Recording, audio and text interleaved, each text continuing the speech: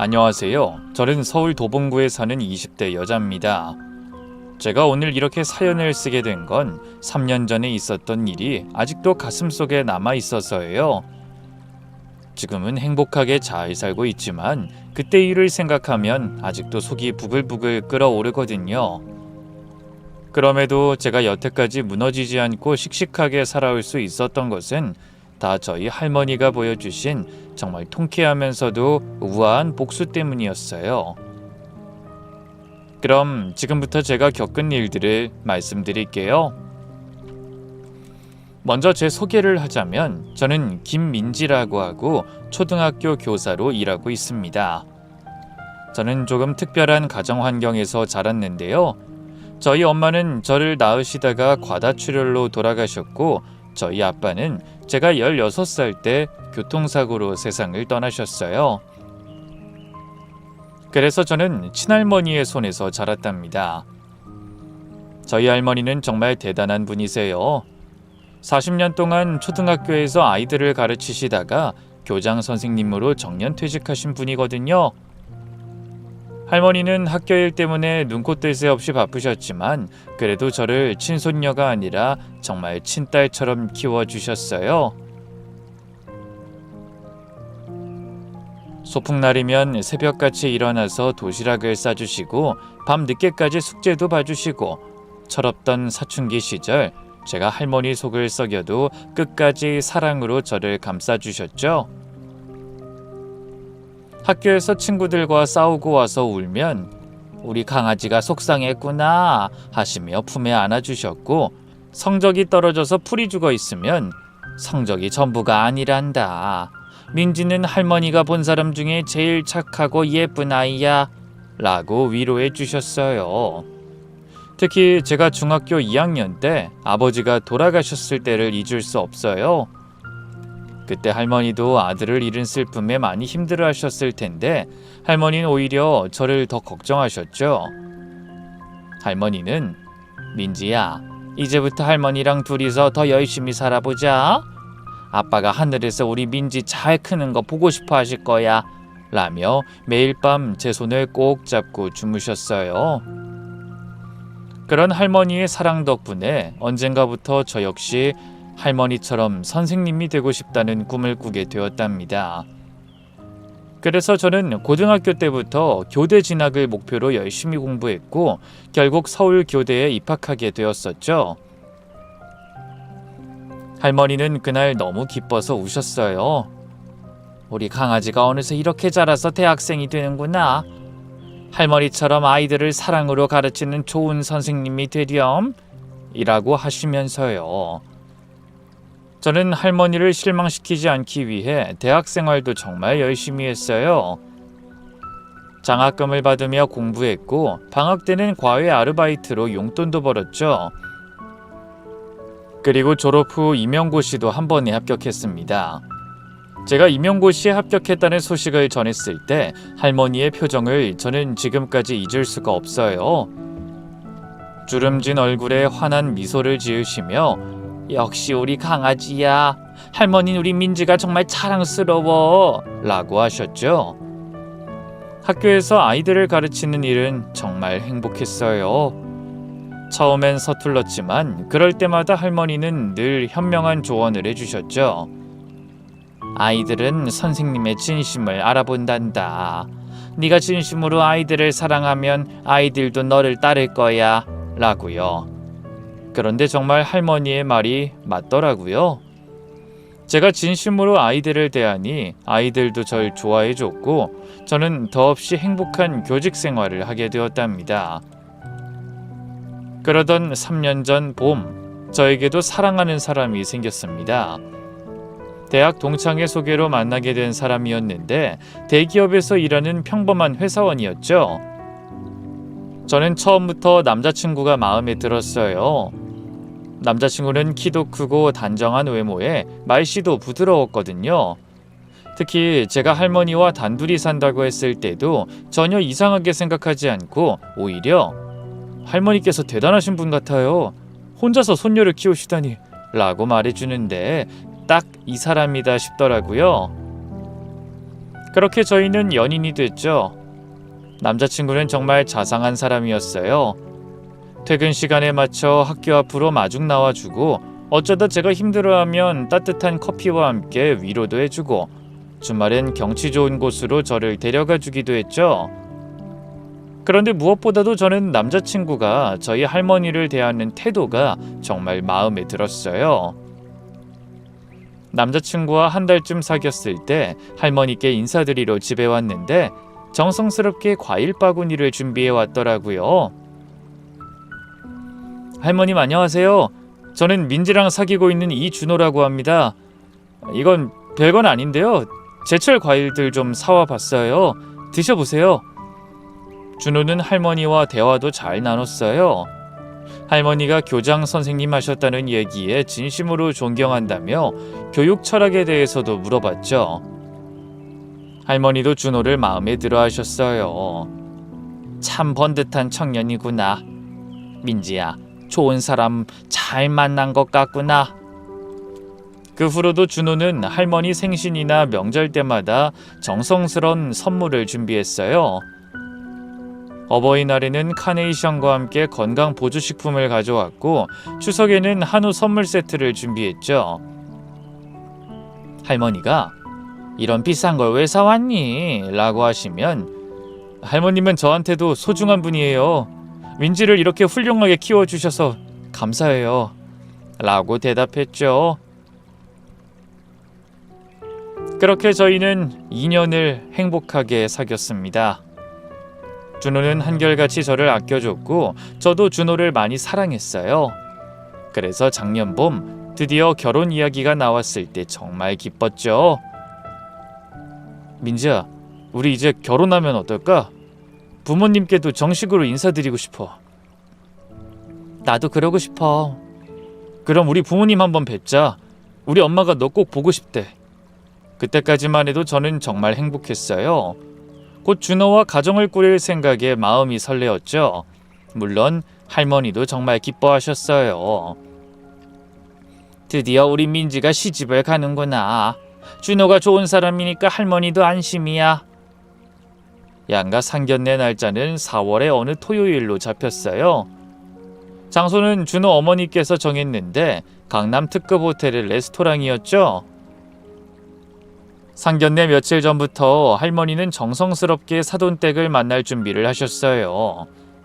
미용실에 가서 파마도 새로 하시고 오랫동안 입지 않았던 고급 한복도 꺼내서 손질하셨죠. 연보라색 저고리에 연분홍 치마가 정말 곱고 우아했어요. 민지야, 이 한복은 네 할아버지가 결혼 30주년에 선물해 주신 거란다. 비싼 거라 아껴서 특별한 날에만 입었는데 오늘이 바로 그런 날이겠지? 그리고 할머니는 며칠 전부터 정성껏 담그신 매실청도 예쁜 유리병에 담아 보자기로 곱게 쌌어요. 이건 3년 묵은 매실청인데 준호 부모님께 선물로 드리려고 준비했어. 비싼 명품은 아니지만 그래도 선물은 정성이 제일 중요한 거니까. 그렇게 말씀하시는 할머니는 정말 품위 있고 우아해 보이셨죠. 얼마 후 상견례 당일 택시를 타고 호텔로 가는 동안 할머니는 제 손을 꼭 잡으셨어요. 민지야, 오늘은 정말 중요한 날이니까 인사 잘하고 오자꾸나. 네 할머니, 걱정 마세요. 호텔에 도착했을 때 준호네 가족은 이미 와서 기다리고 있더군요. 준호는 부모님 그리고 여동생과 함께 나와 있었어요. 그런데 예비 시어머니를 뵙는 순간 어쩐지 첫인상부터 뭔가 불편했어요. 예비 시어머니는 명품 옷에 명품 가방 그리고 손목에는 비싼 시계까지 차고 있었는데 저희가 룸으로 들어서자 위아래로 훑어보는 눈빛이 영 곱지 않았거든요. 어머, 한복을 입고 오셨네? 요즘 시대에 누가 한복을 입고 와요? 너무 시대에 뒤떨어지시는 거 아니에요? 예비 시어머니의 말에 할머니는 잠시 당황하셨지만 이내 품위 있게 웃으며 인사하셨어요. 안녕하세요. 저는 민지 할머니 박순자입니다. 이렇게 만나 뵙게 되어 반갑습니다. 아, 네, 앉으세요. 근데 민지 씨 부모님은 안 오셨나요? 양가 상견례인데 부모님이 오셔야 하는 거 아닌가요? 준호가 분명 저희 부모님은 예전에 돌아가셨다고 얘기했을 텐데 예비 시어머니는 일부러 모르는 척하며 저희 부모님 얘기를 꺼내더군요. 그러자 준호가 당황하며 이렇게 말했죠. 엄마, 제가 말씀드렸잖아요. 민지 부모님은 예전에 돌아가셨다고. 왜 이러세요 정말. 네가 언제? 난 들은 기억이 없는데. 아무튼 민지 너희 부모님은 어떻게 되신 거니? 예비 시어머니의 말에 할머니가 차분히 설명하셨어요. 민지 애미는 안타깝게도 출산 중에 잘못됐고 민지 애비는 교통사고로 세상을 떠났습니다. 그러자 갑자기 예비 시어머니의 표정이 확 구겨졌어요. 예비 시어머니는 마치 불량품을 발견한 것처럼 절 보며 인상을 찌푸렸죠. 부모 없는 자식인지 몰랐네요. 준우가 왜 그런 중요한 얘기를 안 했을까? 집안 내력이 어떻게 되는지도 모르겠고 혹시 유전병 같은 건 없겠죠? 어머니가 그렇게 젊은 나이에 돌아가셨다니 걱정되네요. 순간 저는 제 귀를 의심했어요. 지금 제 앞에서, 할머니 앞에서 어떻게 저런 말을 할 수 있는 건지 정말 기가 막히더군요. 할머니 얼굴도 굳어지셨지만 애써 참으시는 게 보였어요. 민지 애미는 출산 중 출혈이 심해서 그렇게 된 거였고 유전병 같은 건 전혀 없으니 안심하시죠. 그래도 부모가 없으면 아무래도 정서적으로 문제가 있지 않을까요? 애정결핍이라든지. 우리 준우는 장남이라 대를 이어야 하는데 정상적인 가정에서 자란 며느리를 맡고 싶었거든요. 그 순간 저는 남자친구를 봤어요. 그런데 남자친구는 그저 음식 메뉴판만 만지작거릴 뿐 아무 말도 하지 않더군요. 그리고 사실 제 입장에선 민지 직업이 교사라는 것도 별로 마음에 들진 않아요. 요즘 애들이 선생을 우습게 본다면서요? 학부모들도 진상 많고 우리 준호는 이제 곧 과장 진급도 할 거고 대기업이니 월급도 많은데 사실 초등학교 교사는 방학이 있다 뿐이지 직업적으로는 뭐 별 볼 일 없잖아요. 저는 아이들을 가르치는 제 일이 정말 자랑스럽습니다. 그리고 저희 할머니도 40년간 교사하셨어요. 제가 참다 못해 대답하자 할머니도 거들어 주셨어요. 네, 저도 민지처럼 초등학교에서 40년간 아이들 가르쳤습니다. 교장으로 은퇴했고요. 그러니 말씀을 좀 가려서 해주시죠. 교장이요? 에이, 그때랑 지금이랑은 다르죠. 그때는 대학만 나와도 교사했지만 요즘은 다들 대학원까지 가던데 민지는 겨우 학사학위 하나뿐이잖아요. 이쯤 되니 정말 화가 치밀어 올랐어요. 하지만 예비 시어머니는 거기서 멈추지 않았죠. 그나저나 결혼 준비는 어떻게 할 건가요? 예식장은 우리가 아는 곳으로 예약할 테니 걱정 마세요. 보아하니 호텔도 우리가 더 많이 할 것 같으니까. 그리고 양가에서 서로 주고받을 예단비나 봉채비는 뭐 저희만 예단받고 끝내면 되겠네요. 어차피 그쪽에는 혼주도 없으니까요. 편하네 그건. 순간 할머니 얼굴이 울그락불그락해지는 게 보였어요. 하지만 할머니는 이런 모욕적인 말을 듣고도 품위를 잃지 않으려 무지하게 애를 쓰셨죠. 할머니는 애써 화를 참으시며 정성스럽게 준비해온 매실청을 내미셨어요. 이건 제가 직접 담근 매실청입니다. 3년 묵은 거라 맛이 좋아요. 작은 정성이지만 받아주세요. 그런데 예비 시어머니는 할머니의 매실청을 보고는 대놓고 코웃음을 쳤어요. 매실청이요? 아이고, 이런 것보단 현금이 더 실용적이지 않을까요? 요즘 누가 이런 걸 먹나요? 마트에서도 다 파는데 위생적으로도 좀 그렇고. 그 순간 할머니가 조용히 일어나셨어요. 할머니가 일어나시는 뒷모습이 너무 쓸쓸해 보였어요. 평생 품위 있게 사신 분이 이런 모욕을 당하시다니. 그런데 할머니가 자리를 뜨시자마자 예비 시어머니는 제 남자친구에게 이렇게 속삭이기 시작했어요. 말이 좋아 속삭이는 거지 사실 저 들으라고 하는 말이었죠. 준호야, 이거 다시 생각해봐야 하는 거 아니니? 부모도 없는 애를 며느리로 맞아? 나중에 제 아프기라도 하면 우리가 다 책임져야 할 텐데. 그리고 집안 내력도 모르잖아. 엄마가 출산하다 죽었다는데 그것도 좀 이상하고. 그러자 예비 시누이 준영이도 거들고 나서더군요.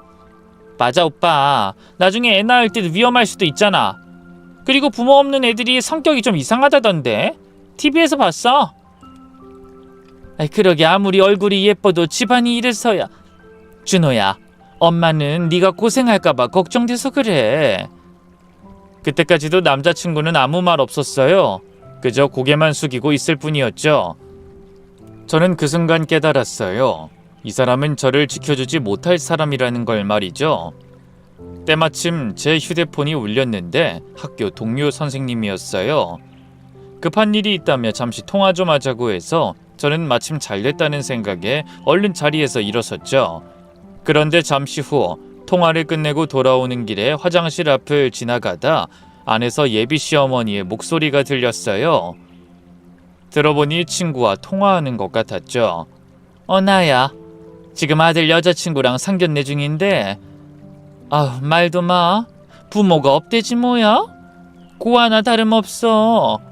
할머니가 키웠다는데 그게 제대로 키운 거겠어? 혼수도 제대로 못 해올 것 같고. 그래도 얼굴은 반반하니 예쁘장하니까 애나 잘 나오면 되겠지 뭐. 아무튼 오늘 대충 끝내고 집에 가서 준호한테 다시 생각해보라고 해야겠어. 그렇게 예비 시어머니가 떠나고 구석에 숨어있던 저는 다리에 힘이 풀려 그 자리에 주저앉고 말았어요. 그런데 화장실에서 나오던 할머니와 마주쳤죠. 할머니도 다 들으신 것 같았어요. 할머니 눈에 눈물이 고여 있었거든요. 할머니, 괜찮다 민지야. 다시 들어가자. 할머니는 굳은 표정으로 다시 레스토랑으로 들어가셨어요. 그리고 자리에 앉으시더니 예비 시어머니를 똑바로 보시며 이렇게 말씀하셨죠. 사돈어른, 혹시 저희가 마음에 안 드시면 솔직하게 말씀해 주세요. 억지로 이 자리 이어갈 필요 없을 것 같습니다. 그러자 예비 시어머니가 놀란 표정을 지었어요. 아니 갑자기 무슨 말씀이세요? 민지가 부모 없는 것이 그렇게 큰 흠이 됩니까? 제가 부족하나마 최선을 다해 키웠는데 그것도 못 믿어오신가요? 그게 아니라 현실적으로 생각해봐야 할 문제잖아요. 결혼은 두 사람만의 일이 아니니까요. 그때 할머니가 벌떡 일어나셨어요. 민지야 가자. 더 이상 여기 있을 필요 없겠구나. 이런 모욕 받으면서까지 밥을 먹을 필요는 없어. 그런데 예비 시어머니가 마지막으로 한마디 더 했어요. 가시려면 가세요. 어차피 우리 집안하고는 안 맞을 것 같네요. 준호야, 엄마가 더 좋은 집딸 소개시켜줄게. 그날 상견례는 그렇게 끝났어요. 할머니와 저는 아무 말 없이 택시를 타고 집으로 돌아왔죠. 할머니는 줄곧 제 손을 꼭 잡고 계셨어요. 집에 도착해서 할머니가 말씀하셨죠. 민지야, 저런 집안에 시집 가면 넌 평생 불행할 거다. 할머니는 네가 그런 모습 보고 싶지 않아. 할머니 죄송해요. 할머니까지 모욕당하시게 해서. 네가 뭐가 죄송하니? 죄송한 건 저런 사람들이어야지. 사람을 겉모습과 조건으로만 판단하는 천박한 사람들. 그날 밤 남자친구에게서 전화가 왔어요. 민지야 미안해. 오늘 우리 엄마가 너무했어. 내가 사과할게. 준호야 미안한데 우리 결혼 없던 일로 하자. 너 아까 그 자리에서 내가 그렇게 모욕당하는데 한마디도 하지 않았잖아. 내가 많은 걸 바란 것도 아니고 난 네가 한 번이라도 내 편이 되어주길 바랬어. 근데 넌 그런 사람 아닌 것 같다. 그게 엄마니까 대놓고 뭐라 하기가 좀 그랬어. 그래도 내가 엄마 설득할게. 시간을 좀 줘. 남자친구는 진심으로 저에게 사과를 했고 전 그때까지만 해도 남자친구를 많이 사랑했기에 마지막 기회를 주기로 했죠. 그런데 그게 시작이었어요. 예비 시어머니의 본격적인 만행이 시작된 거죠. 상견례 다음 날 예비 시어머니에게서 전화가 왔어요. 목소리는 여전히 차가웠죠. 민지씨? 어제는 내가 좀 감정적이었나 봐요. 내 말에 상처받았다면 미안해요. 근데 결혼은 현실이잖아요. 시간 되면 우리 집으로 와요. 할 얘기 있어요. 며칠 후 저는 남자친구와 함께 예비시댁을 방문했어요. 강남의 고급 아파트였는데 현관문을 열고 들어서자마자 예비씨 어머니가 또 저를 무시하기 시작했죠. 어머, 그냥 평상복 입고 왔네? 그래도 명색이 예비씨 댁에 오는데 좀 더 신경 써서 입어야 하는 거 아니에요? 전 깔끔한 블라우스에 정장 바지를 입고 갔는데도 그랬어요. 거실에 앉자마자 예비씨 어머니는 본격적으로 신문을 시작했죠. 민지씨, 혹시 전에 사귄 남자 있었어요? 네? 아, 대학 때 잠깐 만난 사람은 있었어요. 몇 명이나? 우리 준호는 민지씨가 첫 여자친구인데. 그 말을 듣는데 정말 어이가 없어서 헛웃음이 나오더라고요. 왜냐하면 그건 명백한 거짓말이었으니까요. 제가 남자친구한테 들은 바로는 저를 만나기 전에 여자친구가 2명 있었거든요. 그런데 예비 시어머니는 마치 제가 해픈 여자인 양 꼬치꼬치 제 과거사를 캐묻더군요. 그리고 민지씨, 요리는 잘해요? 우리 준호는 입이 까다로워서 김치도 직접 담가야 하고 된장찌개도 맛있게 조미료 하나도 쓰지 말고 끓여야 해요. 네, 할머니께 배워서 저도 기본적인 건 다 할 수 있어요. 기본적인 거? 그 정도는 안 되죠. 만약에 우리 준호랑 결혼하면 나한테 요리 배워야 해요. 알았죠? 아, 그리고 민지씨 고등학교는 어디 나왔어요? 네? 제 고등학교는 왜 물어보세요? 아니, 우리 집안 며느리 될 사람이 어느 학교 나왔는지는 알아야 할 것 아니야. 왜요? 뭐 꿀리는 것 있어요? 그런 거 없으면 말해줘 봐요. 결국 저는 예비 시어머니에게 제가 졸업한 고등학교가 어디인지까지 말씀드렸고 그렇게 그 자리는 찜찜하게 마무리됐죠.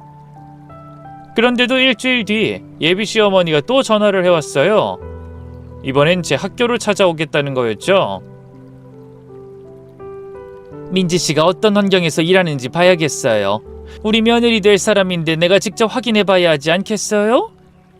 내가 무리한 요구하는 거 아니잖아요.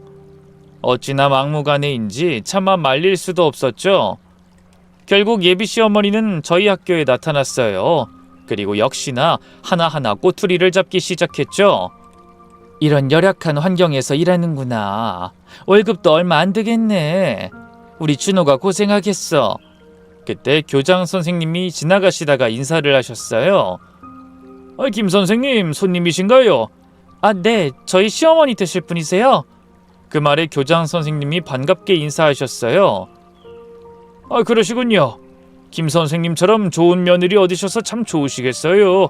김 선생님은 우리 학교 최고의 선생님이시거든요. 아이들한테도 인기도 많고요. 그런데 예비 시어머니는 콧방귀를 뀌었어요. 요즘은 개나 소나 선생님 하나 봐요. 여기 민지씨가 부모님이 안 계신 건 아시죠? 그래도 별 문제 없이 잘 지내나요? 혹시 정서적으로 불안하거나 그런 건 없죠? 그 말에 교장 선생님의 표정이 대번에 굳어졌어요. 김 선생님은 정말 훌륭한 분이십니다.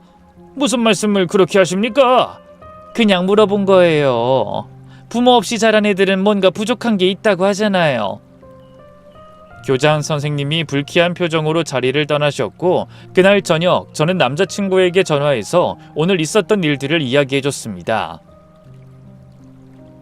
오늘 어머님이 학교에 오셔서 정말 곤란했어. 아, 그래? 엄마가 좀 오버하긴 하는데 그래도 널 생각해서 그러는 거야. 이해해줘. 이해? 내 직장까지 와서 그러시는 건 너무한 거 아니야? 그럼 내가 엄마한테 뭐라고 해? 며느리 될 사람 직장 구경 가는 게 그렇게 큰 잘못이야? 그날 저는 처음으로 남자친구와 다퉜어요. 아니, 다툼이라고 할 것도 없었죠. 준우는 끝까지 엄마 편을 들었으니까요. 그런데 정말 화가 났던 건 며칠 뒤에 일어난 일이었어요. 예비 시어머니가 제 고등학교 때 담임 선생님을 찾아갔다는 걸 알게 됐거든요. 그 선생님께서 전화를 주셨어요. 인지야, 너 결혼한다며? 근데 좀 이상한 일이 있었어. 너희 시어머니 될 분이라는 사람이 날 찾아왔더라. 네? 선생님을요? 네가 어릴 때 어땠는지, 뭐 부모님이 안 계셔서 문제는 없었는지 꼬치꼬치 캐물어서 깜짝 놀랐어. 내가 펄쩍 뛰었지. 민진 정말 모범생이었고 할머니께서 훌륭하게 키우셨는데 무슨 소리냐고. 전화를 끊고 나서 정말 분노가 치밀어 올랐어요. 어떻게 제 과거까지 캐물으러 다닐 수 있죠? 그날 밤 저는 즉시 남자친구를 만나서 따졌어요. 준호야, 어머님이 내 고등학교 담임 선생님까지 찾아가셨어. 이건 정말 너무한 거 아니야? 뭐? 엄마가? 에이, 네가 뭔가 잘못 알았겠지. 우리 엄마가 설마 그럴 리가 있어? 선생님이 직접 전화하셨어. 내가 어릴 때 문제 없었는지 물어봤대. 준호는 당황한 표정을 지었지만 그뿐이었어요. 뭐 엄마가 너무 걱정이 많아서 그런가 보다. 내가 그러지 말라고 얘기할게. 됐지? 얘기만 하면 뭐해? 매번 얘기한다고만 하고 달라지는 게 없잖아. 그때 준호가 한 말을 잊을 수가 없어요. 민지야, 솔직히 엄마 말도 일리가 있어. 네가 부모님 안 계시니까 결혼 생활에서 부족한 부분이 있을 수도 있잖아. 엄만 그게 걱정돼서 그러는 거야. 순간 머리가 하얘졌어요. 남자친구도 그렇게 생각하고 있었다니. 뭐라고? 너 지금까지 그렇게 생각해 왔었던 거야? 아니, 그게 아니라 현실적으로 생각해보면 그럴 수도 있다는 거지. 현실? 내가 부모가 없는 게 현실적으로 뭐가 문제야? 할머니가 날 얼마나 잘 키워주셨는데. 그래도 엄마 아빠가 있는 것과는 다르잖아. 그 순간 저는 남자친구가 정말 낯설게 느껴졌어요. 지난 몇 년 동안 사귄 사람이 맞나 싶을 정도로 말이죠. 그날 이후 저는 이 결혼을 진행하는 것이 맞나 정말 많은 고민을 하게 되었답니다.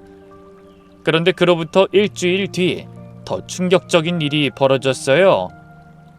글쎄, 예비 시어머니가 제가 다니는 성당의 신부님께 전화를 했다는 거예요. 신부님이 미사 후에 저를 조용히 부르시더니 이렇게 말씀하시더라고요. 민지님, 잠깐 할 얘기가 있는데. 네, 신부님. 어제 누가 전화를 했더라고요. 민지씨 시어머니 될 분이라면서. 근데 민지씨가 결혼하면 이제 성당 그만 다닐 거라고 하던데. 네? 그게 무슨 말씀이세요? 전 전혀 그런 계획 없어요, 신부님. 근데 그분은 그러시더라고. 앞으로 민지씨는 개신교로 개종할 거니까 가능하면 이제부터라도 성당에 못 나오게 해달라고. 정말 기가 막혔어요. 어떻게 신부님에게까지 전화를 할 수 있죠? 그것도 새빨간 거짓말을 하면서 말이죠. 저는 결연한 표정을 지으며 이렇게 말했습니다. 신부님, 전 절대 성당 안 떠나요. 여긴 할머니랑 평생 다닌 곳인데요. 그날 집에 와서 저는 즉시 남자친구에게 전화를 걸었어요. 준호야, 어머님이 우리 성당 신부님에게까지 전화하셨어. 이건 정말 선을 넘은 거 아니야? 뭐? 정말? 엄마가 좀 심하긴 하네. 좀 심한 정도가 아니야. 내 종교까지 간섭하시는 거잖아. 알았어. 내가 얘기할게. 근데 민지야, 사실 우리 집은 3대째 개신교 집안이긴 해. 엄마가 그래서 더 예민한가 봐. 그래서? 지금 나보고 성당 그만 다니라는 거야? 아니, 그건 아닌데 한 번쯤은 우리 교회도 와봐. 엄마 마음도 풀어드리고 그럼 좋잖아. 정말 실망스러웠어요. 남자친구는 끝까지 엄마 편이었으니까요. 그런데 며칠 후 예비 시어머니가 또 전화를 했어요. 이번엔 혼수 이야기였죠. 아가, 혼수 준비는 어떻게 되고 있니? 시장에서 싸구려 사는 건 절대 안 되는 거 알지? 가구는 최소한 3천만 원은 들여야 하고 가전제품도 다 최신으로 사와야 한다? 네, 알아보고 있어요. 원래 이런 거는 안사돈이랑 상의를 해야 하는 건데 뭐 넌 엄마가 없는데 어떡하니? 그리고 너 결혼하면 당연히 학교는 그만둘 거지? 네? 제가 왜 학교를 그만둬야죠? 너 이제 결혼하면 당장 애 낳고 키워야 하는데 어떻게 일을 하려고 그러니? 그리고 시댁 제사며 명절이며 챙길 게 얼마나 많은데. 어머님, 요즘은 맞벌이가 대부분이에요. 저도 계속 일하고 싶고요. 일? 그깟 월급 얼마나 된다고? 우리 준호가 벌어오는 돈으로 충분해. 여자는 집에서 애 키우고 집안일하는 게 맞지. 그때 옆에서 제가 전화하는 것을 들으시던 할머니가 전화를 받으셨어요. 사돈어른, 듣자 하니 정말 너무하시네요. 우리 민지 어디 내놔도 부끄럽지 않을 만큼 훌륭한 교사입니다. 아이들을 가르치는 일에 자부심도 갖고 있고요. 그런데 그걸 이렇게 일방적으로 그만두라고 하시다니요? 더 들을 것도 없으니 이만 전화 끊겠습니다. 그렇게 전화를 끊고 나서 할머니가 심각한 표정으로 말씀하셨어요. 민지야, 할머니가 보기엔 저 사람들은 너를 며느리가 아니라 종으로 생각하는 것 같구나. 사실 저도 그런 생각이 들었어요. 하지만 남자친구에 대한 마음 때문에 계속 참았죠. 제 이야기를 들으시는 분들은 답답하게 느끼실지도 모르겠지만 이때만 해도 저는 정말 남자친구를 사랑하고 있었거든요. 부모님 없이 자란 저를 사랑하고 아껴주던 사람이었기 때문에 조금 실망스러운 모습이 보여도 어떻게든 참고 가고 싶었던 것 같아요. 그런데 진짜 큰일은 결혼식을 한 달 앞두고 터졌어요. 어느 날 제 사촌동생 수진이가 급하게 카페에서 만나자고 했거든요. 언니 이거 봐. 수진이가 보여준 건 예비 시어머니의 SNS였어요. 수진이는 그동안 제가 예비 시어머니 때문에 마음고생하고 있던 걸 누구보다 잘 알고 있었는데 인터넷 서핑을 하다가 우연히 제 예비 시어머니가 올린 글을 발견하고 깜짝 놀라 제게 제안했던 거였죠. 예비 시어머니의 SNS에는 이런 글이 올라와 있었습니다. 아들이 결혼하는데 며느리가 고아나 다름없어 걱정이네요. 부모 없이 자란 아이들은 뭔가 부족하다던데 그래도 우아한 제가 품어줘야겠죠? 그런데 그 게시물에 달린 댓글들도 정말 눈뜨고 봐줄 수가 없을 정도로 가관이었어요. 어머 고생하시겠네요. 고생길이 그냥 훤하다 훤해. 나중에 문제 생기지 않게 조심하세요. 원래 고아들이 자격지심이 심하다잖아요. 언니 이거 너무한 거 아니야? 어떻게 예비 시어머니란 사람이 이런 글을 올릴 수 있어? 이건 너무 심하잖아. 저도 충격이었어요. 그런데 더 충격적인 건 수진이의 다음 말이었죠. 그리고 어제 이상한 사람이 나한테 연락하더니 언니에 대해 물어보더라. 뭐? 누가?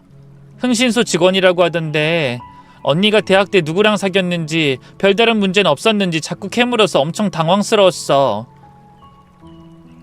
그 말을 듣는데 정말이지 심장이 멎는 것 같았어요. 예비 시어머니가 이젠 하다하다 흥신소까지 동원해서 제 뒷조사를 한 거예요.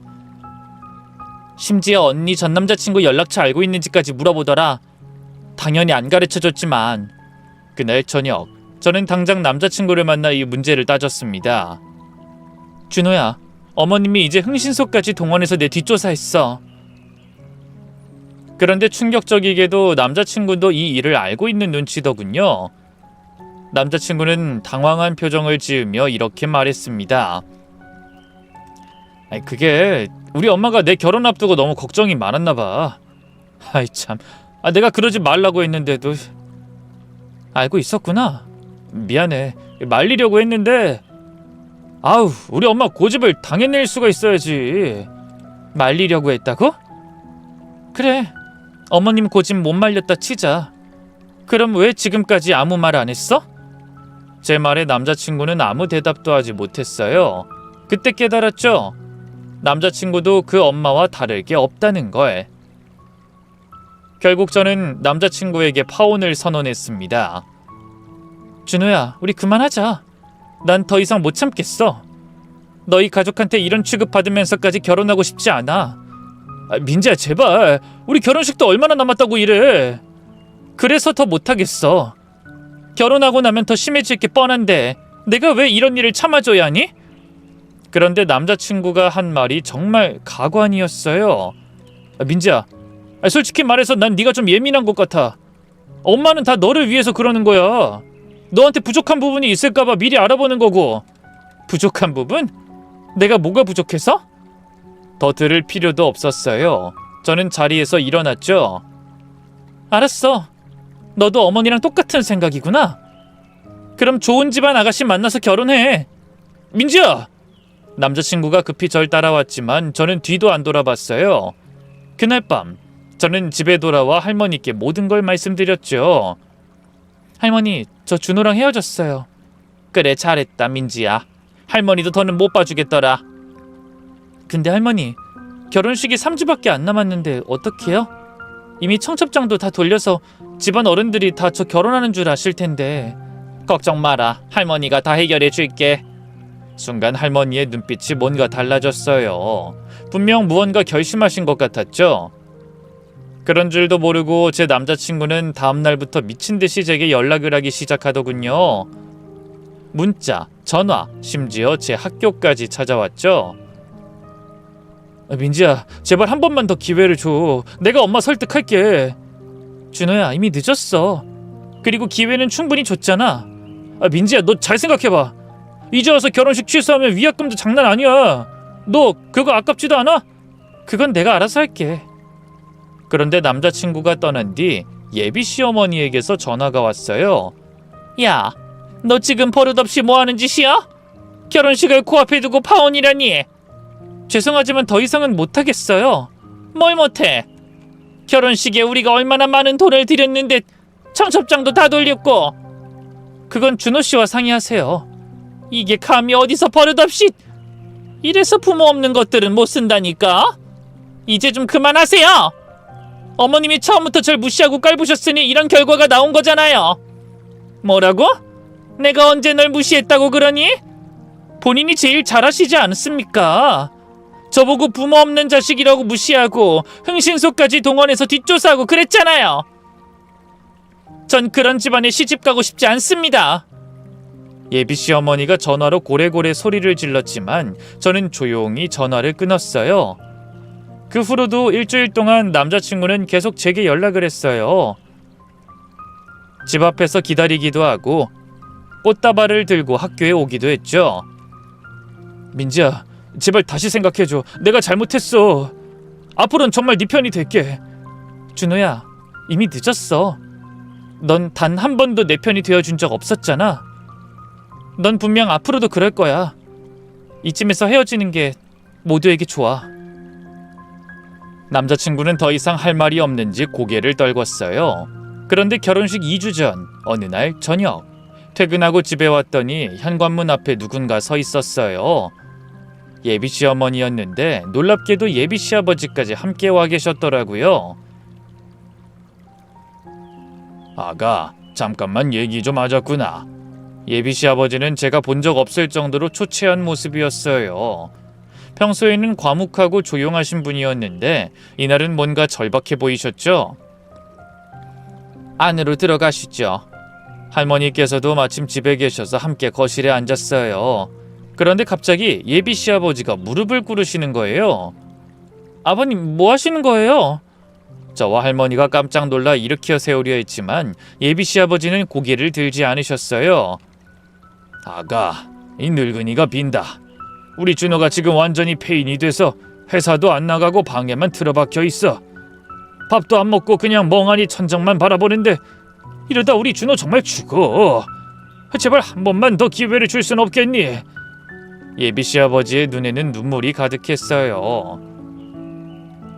준호 엄마가 그동안 잘못한 건 내가 대신 사과하마. 그동안 많이 상처받았지. 정말 미안하구나. 옆에 서 있던 예비 시어머니는 여전히 떨떠름한 표정이었지만 남편이 계속 무릎 꿇고 있자 마지못해 입을 열었어요. 그래, 내가 좀 심했나 봐. 미안해. 앞으로는 그러지 않을게. 하지만 그 사과에는 진심이 느껴지지 않았어요. 그저 남편이 시켜서 마지못해 하는 것 같았죠.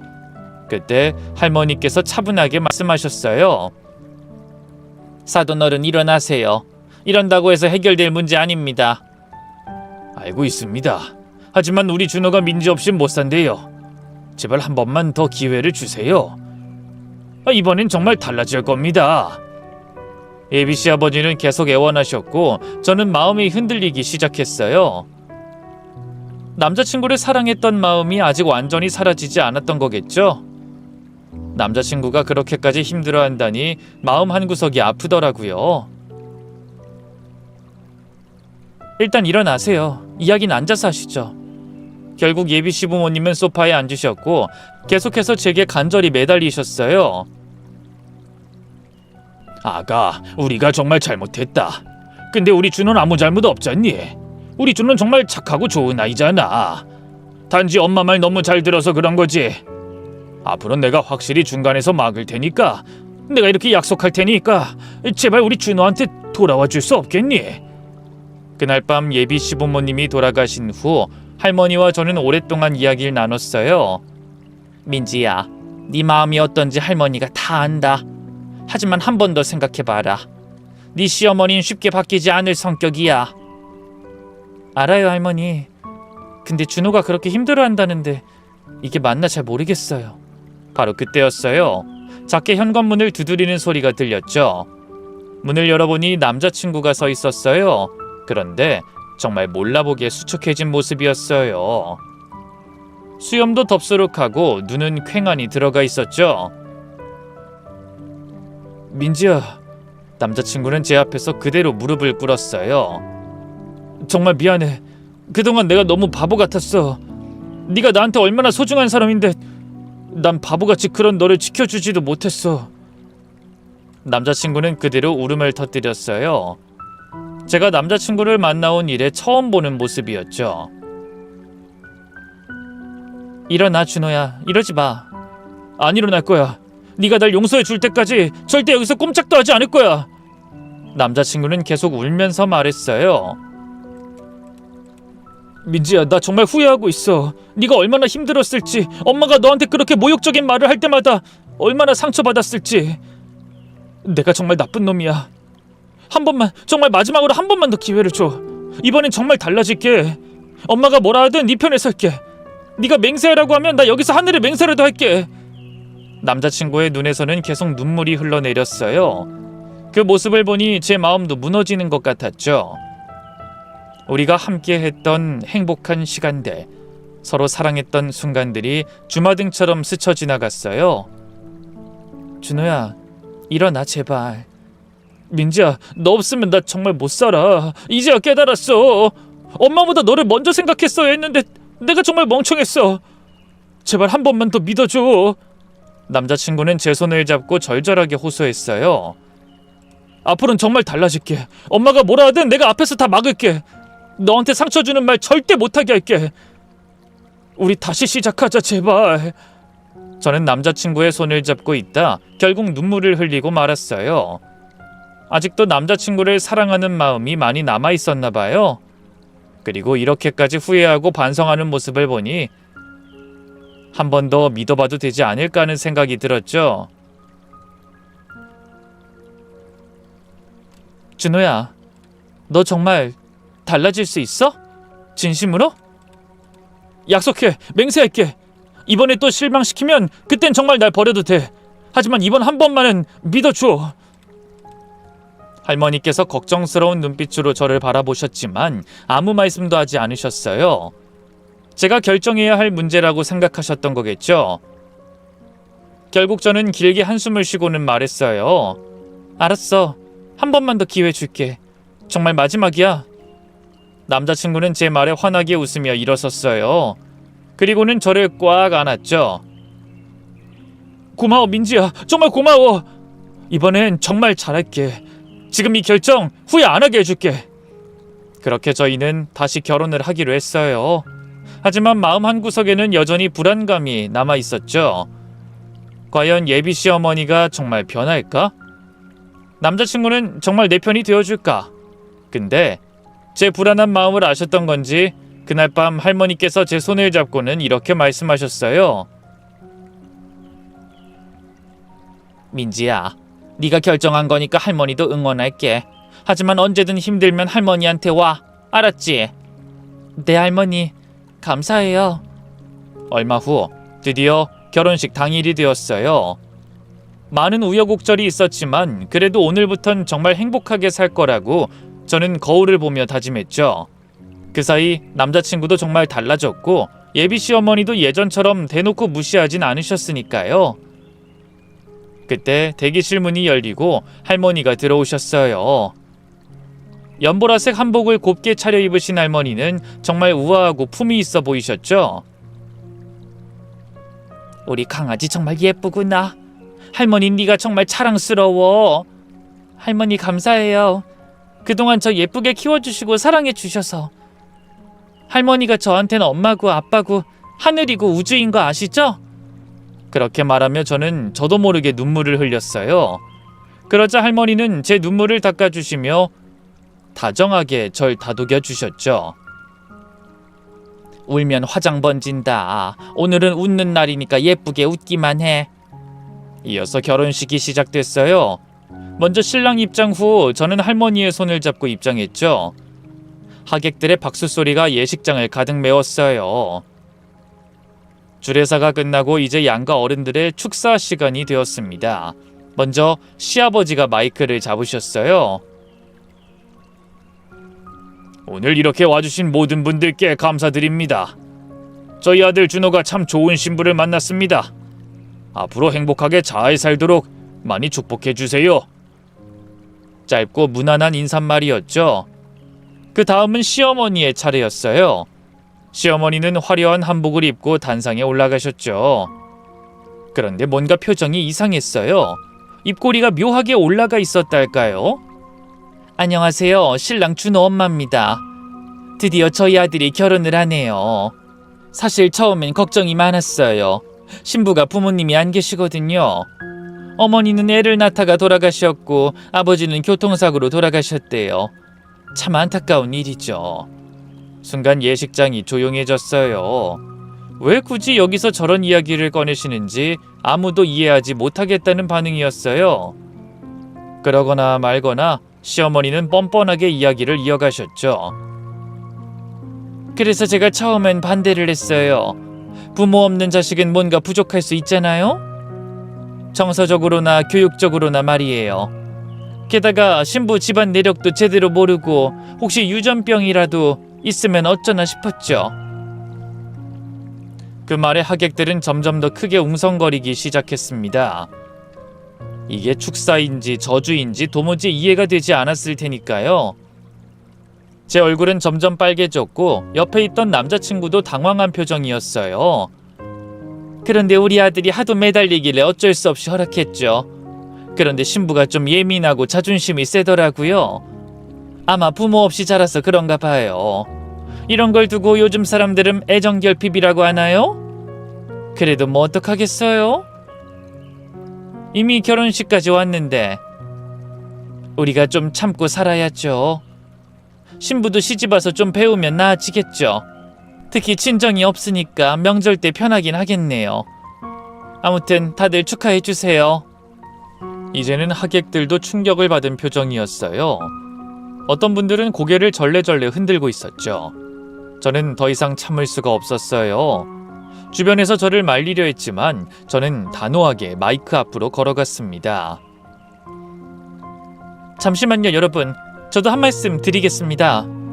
예식장이 다시 조용해졌어요. 저는 떨리는 목소리를 애써 진정시키며 말했죠. 방금 제 시어머니께서 말씀하신 내용 들으셨죠? 이게 축사입니까? 저와 저희 돌아가신 부모님을 모욕하는 말씀을 서슴없이 하시는 분과 어떻게 가족이 되겠습니까? 남자친구가 당황해서 저를 말리려 했지만 전 계속 말했어요. 저는 오늘 이 자리에서 파혼을 선언합니다. 죄송합니다, 하긴 여러분. 이런 모습 보여드려서요. 그러자 시어머니가 벌컥 화를 내며 소리쳤어요. 뭐? 파혼? 지금 장난해? 이게 어디서 배워먹은 버리장머리야? 어? 바로 그때였어요. 할머니가 벌떡 일어나셨죠. 할머니의 눈빛은 제가 한 번도 본 적 없을 정도로 날카로웠어요. 사돈어른, 아니 이젠 남이니까 그냥 최 여사라고 부르죠. 그동안 우리 민지에게 하신 일들 이제 대가를 치르셔야겠습니다. 뭐? 이 늙은이가 노망이 났나 뭐라는 거야? 할머니는 침착하게 가방에서 서류 뭉치를 꺼내셨어요. 이게 뭔지 아십니까? 최 여사 당신이 우리 민지에게 저지른 모든 만행들을 정리한 소장입니다. 명예훼손, 모욕죄, 스토킹, 사생활 침해, 심지어 흥신소를 동원한 불법 사찰까지 변호사와 함께 착착 준비해뒀죠. 그 말에 시어머니의 얼굴이 하얗게 질렸어요. 뭐야? 소송이라고? 네, 맞습니다. 그동안 당신이 SNS에 올리신 글들 다 캡처해뒀고 민지 고등학교 담임 선생님과 성당 신부님께 연락하신 것도 다 증언 받아뒀습니다. 흥신소 직원이 민지 주변 사람들 찾아다닌 것도 진술서 받아뒀고요. 그게 뭐 어때서? 다 늙어 빠진 할망구 주제 뭐 어쩔 건데? 시어머니는 그렇게 말하며 할머니를 비웃었지만 그때 놀라운 일이 벌어졌어요. 하객석에서 한 중년 남성이 일어나더니 이렇게 말했거든요. 선생님, 제가 도와드리겠습니다. 그분은 유명한 대형 로펌의 변호사였어요. 그리고 또 다른 분이 일어났습니다. 저도 돕겠습니다. 선생님, 이런 악질적인 행위는 반드시 처벌받아야 합니다. 이번엔 검사였어요. 그것도 서울중앙지검의 검사였죠. 연이어 더 많은 사람들이 일어났어요. 박순자 선생님, 저 기억하십니까? 20년 전 선생님 반 학생이었던 김준수입니다. 선생님 덕분에 공부 열심히 해서 지금은 시의원이 됐죠. 제가 나서서 이 문제 공론화하겠습니다. 순식간에 하객의 절반 가까이가 일어났어요. 그들은 모두 할머니의 제자들이었죠. 변호사, 검사, 의사, 교수, 기업 임원, 공무원, 언론인, 각계각층에서 활약하는 사람들이었어요. 그 모습을 조용히 지켜보시던 할머니는 이렇게 말씀하셨어요. 저는 40년간 아이들을 가르쳤습니다. 그 아이들이 이렇게 훌륭하게 자라서 사회 곳곳에서 일하고 있죠. 최 여사, 댁은 민지가 고아나 다름없다고 하셨죠? 하지만 보십시오. 민지에겐 이렇게 많은 가족이 있습니다. 그 순간 시어머니는 다리가 풀려 그 자리에 주저앉았어요. 시아버지가 급히 부축했지만 이미 게임은 끝난 거였죠. 저런 인간 쓰레기가 선생님의 사돈이 될 뻔했더니 정말 분통이 터집니다. 소송준비는 저희 로펌에서 무료로 도와드리겠습니다. 할머니의 제자들이 하나둘 자신의 연락처를 건네며 도움을 약속했어요. 시어머니는 이제 울먹이기 시작했죠. 아니 대체 이게 무슨... 난 그냥 우리 아들을 위해서 나선 것뿐인데. 아들을 위해서요? 아니죠. 최 여사님, 당신은 그저 민지를 무시하고 깔보고 싶었을 뿐입니다. 부모가 없다는 이유로, 가진 게 없다는 이유로 함부로 대해도 된다고 생각했죠? 아니요. 이제 그 대가를 치를 시간이에요. 할머니의 말씀에 시어머니가 무릎을 꿇고 빌었지만 할머니는 차갑게 돌아섰어요. 이제 와서 무릎 꿇으신들 뭐가 달라집니까? 최 여사님이 민지에게 준 상처가 사라집니까? 법정에서 뵙죠. 결혼식은 그렇게 파탄이 났어요. 하지만 이상하게도 저는 후련했죠. 하객들은 오히려 저와 할머니께 격려의 박수를 보냈고 많은 분들이 위로해 주셨어요. 김 선생님 힘내세요. 더 좋은 사람 만나실 거예요. 이런 집안하고는 연을 끊는 게 오히려 잘된 일이에요. 그날 이후 예비 시어머니는 정말로 고소를 당했고 사회적으로도 큰 망신을 당했다고 들었어요. 저는 그 일을 계기로 더 강해졌고 지금은 정말 행복하게 살고 있답니다. 그리고 무엇보다 저에게는 세상에서 가장 멋진 할머니와 든든한 가족 같은 선배님들이 있다는 걸 다시 한번 깨달았죠. 할머니는 그날 이후로도 여전히 제게 말씀하세요. 민지야, 세상에 부모 없는 자식은 없단다. 너에겐 할머니가 있고 너를 아끼는 수많은 사람들이 있어. 절대 주눅들지 마라. 저는 할머니의 말씀에 가슴이 따뜻해지는 것을 느낄 수 있었죠. 사실 이 이야기를 꺼내기까지 많은 고민이 있었어요. 지금도 그때를 떠올리면 가슴이 아프거든요. 하지만 혹시나 저와 비슷한 상황에 놓인 분들이 계신다면 제 이야기가 조금이나마 힘이 되었으면 하는 마음에 용기를 냈습니다. 특히 제가 하고 싶은 말은 부모님이 안 계신다고 해서 혹은 한부모 가정이라고 해서 절대 주눅들지 마시라는 거예요. 우리는 부족한 사람이 아닙니다. 오히려 더 강하고 독립적인 사람들이죠. 저를 키워주신 할머니께서 늘 말씀하셨듯이 세상에 부모 없는 자식은 없어요. 우리에겐 우리를 사랑하고 아껴주는 가족이 있습니다. 그게 꼭 혈연으로 맺어진 가족이 아니더라도요. 마지막으로 이 세상 모든 할머니, 할아버지들께 감사의 마음을 전하고 싶어요. 손자, 손녀를 키우신다는 게 얼마나 힘드신 일인지 이제야 조금은 알 것 같거든요.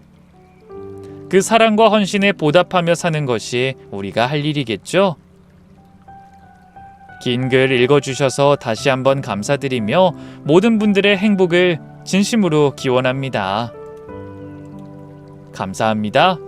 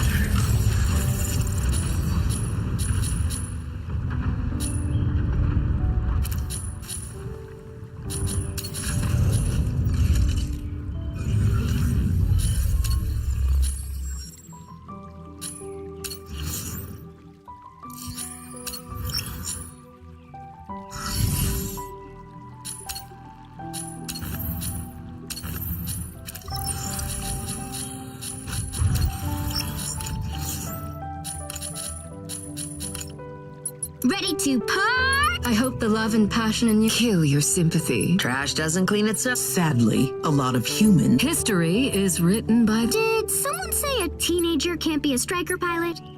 I once read in a book that the stars will guide our souls back to the. Nothing can conceal the truth. I hope the love and passion in you will live forever.